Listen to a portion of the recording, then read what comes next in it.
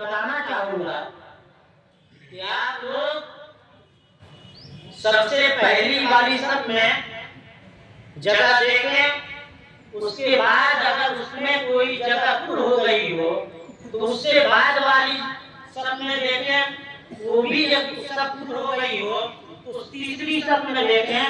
آپ انتشار کے طور پہ نہ بیٹھیں، اس لیے کہ حدیث پاک میں آتا ہے کہ جب غلامان محمد انتشار کے ساتھ بیٹھتے ہیں تو شیطان اس جگہ بنا لیتا ہے اور اس انتشار میں اور اضافہ کرنے لگتا ہے۔ اس لیے ہم مسلمانوں کا پیشہ ہے، ہم مسلمانوں کا عقیدہ ہے، ہم مسلمانوں کا یہ جو ہے طریقہ ہے کہ ہم اپنے آپ میں اتنا پختہ ہوتے ہیں کہ حضرت ابراہیم علیہ نبی علیہ السلام نے اور حضرت اسماعیل علیہ نبی علیہ السلام نے نہ شیطان کو جگہ دیا اور نہ ہم غلاموں کو شیطان کو رکھنے کی جگہ دیا۔ اس لیے شیطان کو جگہ نہ دیں۔ اور معلوم ہے ہم کس بہانے پہ جا رہے ہیں، کس طریقے پہ جا رہے ہیں، کس مقام پہ پہنچ رہے ہیں، کس جگہ پہ جا رہے ہیں۔ یہ کیوں؟ اس لیے کہ ہمارے اندر انتشار ہو گیا ہے، ہمارے اندر گھوٹ ہو گیا ہے، ہمارے اندر اتحاد جو ہے ختم ہو چکا ہے، ہم جو ہے یونٹی کو برباد کر چکے ہیں۔ یہی وجہ ہے کہ ہم اور آپ اتنے پیچھے نظر آ رہے ہیں۔ اس لیے یہ دنیا ہمت کھاتی ہے، یہ دنیا تعجب کھاتی ہے، یہ دنیا جو ہے بہت ہمیں اس قدر دیکھتی ہے کہ آخر ان کے اندر کیا ہے کہ نہ کوئی پرچہ چھپوایا جاتا ہے، نہ کوئی لسٹ بانٹی جاتی ہے، نہ کوئی اعلان جاری کیا جاتا ہے، نہ کوئی جو ہے کسی قسم کا مولد ہوتا ہے۔ لیکن جب ایک وقت آتا ہے تو لبیک اللہم لبیک کہہ کے یہ مسلمان حاضر ہو جاتے ہیں۔ سبحان اللہ۔ تعجب ہو رہی دنیا ہمیں دیکھ رہی ہے، اس لیے دیکھنے والے کو اور بتائیں کہ ابھی تو یہ بنا کوشش کا یہ حال ہے کہ جب جمعہ کا وقت آتا ہے تو پوری مسجدیں ہماری بھر جاتی ہیں، جمعہ کا وقت آتا ہے پوری مسجدیں ہماری بھر جاتی ہیں۔ ابھی ایک وقت میں دنیا ہے مساتی ہے۔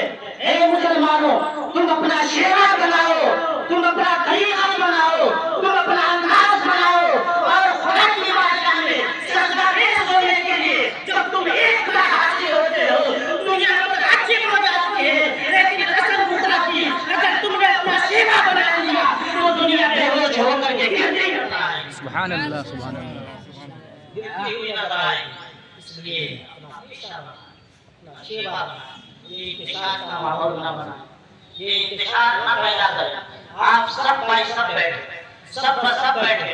اگر یہ سب بسب بیٹھیں گے اللہ کے مقدس نبی ارشاد فرماتے ہیں جب مسلمانوں کا گروہ اس حالت میں نکلتا ہے کہ ان کے دلوں میں محبت رسول سمائی رہتی ہے، ان کے دل میں نبیوں کی محبت جو ہے ماں ہو جاتی ہے، اور جب وہ لائن سے چلتے ہیں تو اللہ کے مقدس فرشتے کہتے ہیں اے میرے بندے یہ فلاں آدمی ہے، یہ پہلے خدا کی بارگاہ میں جا رہا ہے، اس کی بھی مغفرت فرما۔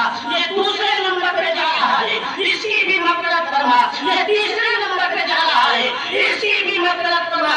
یعنی فرشتے ہمارے لیے دعا کرتے ہیں، رب کہتا ہے اے فرشتوں سنو، ان کے نکلنے کے وقت میں نے ان کی مغفرت فرما دی۔ اس لیے ساری باتوں پہ دھیان دیں۔ تو ہم اور آپ عیدگاہ میں نماز عید الاضحیٰ ادا کرنے کے لیے حاضر ہوئے ہیں نا۔ اور اللہ تعالیٰ بہت سارے اس میں لوگ ایسے ہوں گے جن کو استطاعت بخشا ہے کہ قربانی بھی کریں گے۔ تو قربانی اور نماز عید اور عیدگاہ کے کچھ اصول و ضوابط میں سوچتا ہوں کہ آپ کے سامنے بیان کروں۔ بے شک، بالکل۔ عیدگاہ میں جانے سے پہلے جب آپ نہا دھوا کر کے تیار ہو جاتے ہیں، جب آپ تیار ہو جاتے ہیں تو آپ تیار ہونے کے بعد کوشش اور طاقت میں کوشش یہ رہے کہ آپ تکبیر تشریف پڑھا کریں۔ تکبیر تشریق پڑھا کریں۔ تکبیر تشریق جانتے ہیں کیا ہے؟ یہ حاجیوں کا ایک عمل، اور خود حضرت ابراہیم علیہ السلام نے کچھ الفاظ کہے جس کے جواب میں تکبیر تشریق حضرت اسماعیل علیہ السلام نے دیا۔ تو وہ تکبیر حج کے ارکان میں، میں تو بہتر یہ سمجھوں گا کہ جو حضرات نظام میں حاصل ہو رہے ہو کھڑے ہو کر کے اپنی صفوں کو درست کریں، کیونکہ یہ بغیر کسی قیل و قال اور بغیر کسی کے انتظار کے 8 بجے جماعت کھڑی کر دی جائے گی، اور اگر کسی کی نماز چھوٹتی ہے تو نہ ہمارا کمیٹی ذمہ دار ہوگا، نہ عیدگاہ کا امام ذمہ دار ہوگا، اور نہ کوئی اور ذمہ دار ہوگا، کیونکہ یہ بالکل متعین وقت ہے، اس میں کسی کا انتظام نہیں کیا جائے گا۔ اور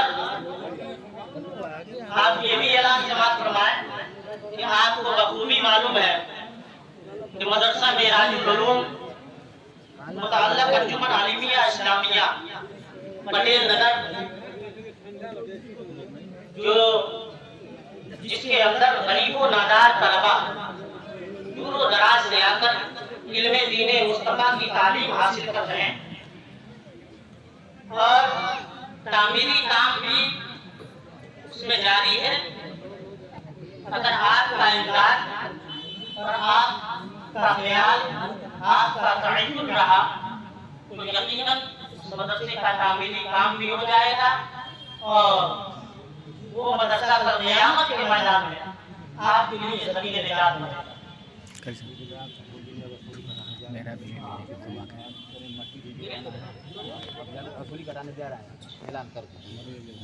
اب دیکھیے عیدگاہ کی وصولی کا کام شروع ہو رہا ہے، جو حضرات جتنا ہو سکے عیدگاہ کی وصولی میں تعاون فرمائیں، اور مدرسہ معراج العلوم انجمن متعلق انجمن اسلامیہ کا بھی چندہ ہونے جا رہا ہے، اس کا بھی آپ تمام حضرات خیال رکھیں گے، اس لیے کہ جب اس میں خیال کریں گے تو اللہ تعالیٰ کی امداد آپ تک پہنچے گی، اور یہ طلبہ جب آ کر کے کوئی حافظ اور عالم بنے گا تو یقیناً وہ آپ کے لیے صدقہ جاریہ کے طور پر قیامت کے میدان میں کھڑے ہو کر کے خدا کے حضور آپ کی شفاعت فرمائیں گے، اور رب تبارک و تعالیٰ ان طلبہ کو مقام اور استطاعت عطا فرمائیے کہ اللہ تعالیٰ قیامت کے دن ہر آدمی کا ایک صف بنائے گا۔ اے لوگوں تم اس صف میں کھڑے ہو جاؤ، اے حاجیوں تم اس صف میں کھڑے ہو جاؤ، اے نمازیوں تم اس صف میں کھڑے ہو جاؤ، اے جو ہے پرہیزگاروں اس صف میں کھڑے ہو جاؤ، اے والدین کی خدمت کرنے والے ایک صف میں کھڑے ہو جاؤ۔ لیکن قسم خدا کی ان طلبہ کا حال یہ ہوگا، اس طرح جانے رحمت فرماتے ہیں کہ کل قیامت کے میدان میں اللہ تبارک و تعالیٰ ان طلبہ کو کسی اور کے صف میں نہیں کھڑا فرمائے گا، بلکہ انبیاء کی صف میں کھڑا فرمائے گا، سبحان اللہ، انبیاء کی صف میں کھڑا فرمائے گا۔ اس لیے اس کا خیال کریں، ایک ایک پیسہ جو یہ طلبہ کھائیں گے آپ کے ایک ایک پیسے کا ثواب اللہ تعالیٰ عطا فرمائے گا، اس لیے آپ اس کا خیال کریں۔ تو آداب عیدگاہ سے یہ ہے کہ آپ تلبیہ پڑھتے ہوئے عیدگاہ تک پہنچے، تکبیر تشریق پڑھتے ہوئے عیدگاہ تک پہنچے۔ تکبیر تشریق یہ ہے اللہ اکبر اللہ اکبر لا الہ الا اللہ واللہ اکبر اللہ اکبر وللہ الحمد۔ ایک بار میرے ساتھ پڑھ لیجیے تاکہ آپ کے نیکیوں میں اضافہ ہو جائے۔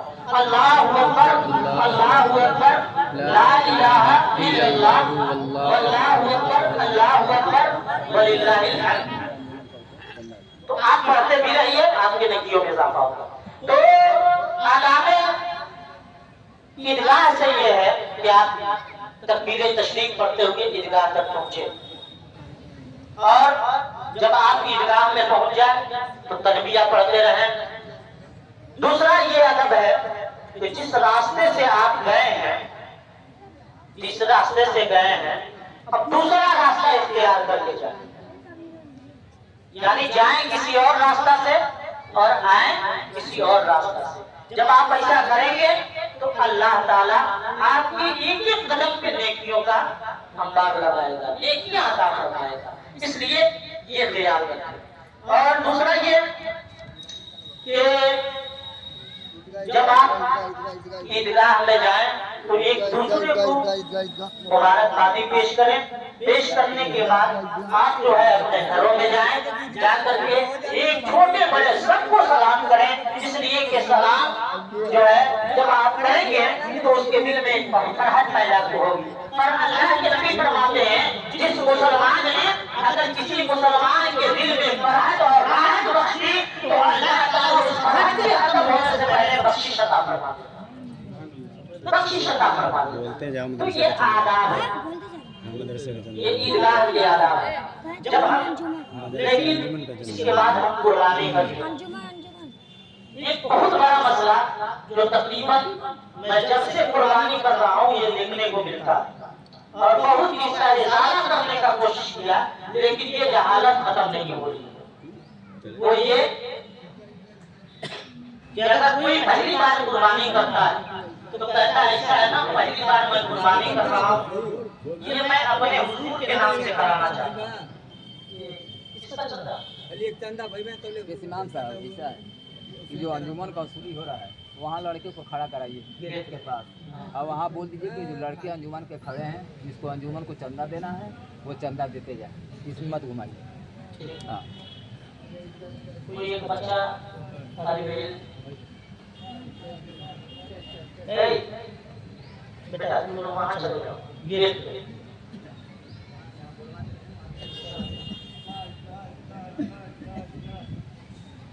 اب انجمن کا چندہ گیٹ پہ ہو رہا ہے، جس کو دینا ہے وہیں تو ہمارے بچے کھڑے رہیں گے، وہیں آپ عنایت فرما دیں۔ تو یہ مسئلہ دیکھنے کو ملتا ہے۔ پہلی بار ہم قربانی کرا رہے ہیں حضور جو ہے حضور کے نام سے کرا رہے ہیں، لیکن سنیے حضور پاک مختار کائنات ہے، حضور پاک آپ کی قربانی کے محتاج نہیں ہے، بلکہ حضور پاک نے خود ہی امتیوں کے نام سے قربانی کی۔ حضور فرماتے ہیں حدیث پاک ہے کہ جب حضور پاک صلی اللہ علیہ وسلم دو بکرے کی قربانی فرماتے تھے، دو جانور کی قربانی فرماتے تھے تو رب کی بارگاہ میں کہتے تھے اے اللہ یہ ایک جانور میری جانب سے اور دوسرا جانور میری امت کے افراد کی جانب سے جنہوں نے قربانی دی۔ پہلا جانور میری جانب سے اور دوسرا جانور میری امت کے افراد کی جانب سے جنہوں نے قربانی نہیں کیا ہے۔ آپ بتائیے آپ کا نبی اس حال میں آپ کو پوچھ رہا ہے، آپ کی قربانی عطا فرما رہا ہے، لیکن آپ جو ہے کہہ رہے ہیں کہ ہم پہلی بار قربانی کر رہے ہیں۔ میں یہ کہہ رہا ہوں کہ آپ کیجئے، حضور پاک سے ضرور کرایا، حضور پاک کے نام سے کرائیے، لیکن پہلے جو آپ مالک نظام ہے، جو آپ کے اوپر قربانی واجب ہے، اس قربانی کے وجود کو ختم کریں، اس کے بعد حضور پاک کے نام سے کریں۔ تو کل قیامت کے میدان میں حضور پاک کہیں گے اے میرے عاشق، اے میرا چاہنے والا، اے میرا بندہ، میں نے تمہیں دنیا میں قربانی کرایا لیکن تم نے مجھے یہ سزا دیا کہ تم نے اپنی بھی قربانی کرائی اور میرے نام سے بھی قربانی کرائی۔ یہ جہالت ختم کیجیے، یہ جہالت ختم کیجیے۔ حضور پاک آپ کے قربانی کے محتاج نہیں، اور کیا حضور پاک کا نام نہیں آتا ہے قربانی میں؟ ضرور آتا ہے، حضور پاک کا نام ضرور آتا ہے، اس لیے یہ سب جہالت ختم کیجیے۔ دوسری چیز یہ کہ قربانی کے گوشت کو 3 حصوں میں تقسیم کیا جاتا ہے۔ پہلا حصہ غریبوں میں تقسیم کر دیا جاتا ہے، دوسرا حصہ کسی اپنے پڑوسیوں کے لیے اس کو تقسیم کر دیا جائے، اور تیسرا حصہ اپنے لیے رکھا جائے۔ لیکن اگر کسی نے قربانی گوشت کھانے کے نام پہ کی کہ ہم بکرا ذبح کریں گے، دعوتیں دیں گے، بڑا میرا نام ہوگا، بڑی میری شہرت ہوگی، بڑا اونچا مقام ہو جائے گا، میرے مصطفیٰ فرماتے ہیں کہ ایسے لوگوں کی قربانی جائز نہیں، ایسے لوگوں کی قربانی جائز نہیں ہے، اس لیے کہ قربانی صرف خون بہانے اور گوشت کھانے کا نام نہیں ہے، قربانی ہتیا کا نام نہیں ہے، قربانی